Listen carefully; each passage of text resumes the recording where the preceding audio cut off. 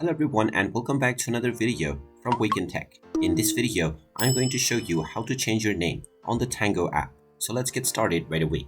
First of all, open up the Tango application on your device, and if you haven't logged into your account already, go ahead and use your phone number or your Google account to log in. Once you have been logged in, you will be shown the various different profiles with which you can start chatting right away. Now, if you wish to change your name, click on the profile icon at the top left corner and then tap on your current username. This will now take you into your profile page, from which you can tap on the pen icon at the top right corner, and this will take you into the edit profile page. Now underneath your profile, you will see the name section.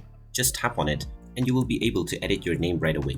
Just type in your desired username and then tap on the tick mark at the top right corner, and now your username will be changed right away.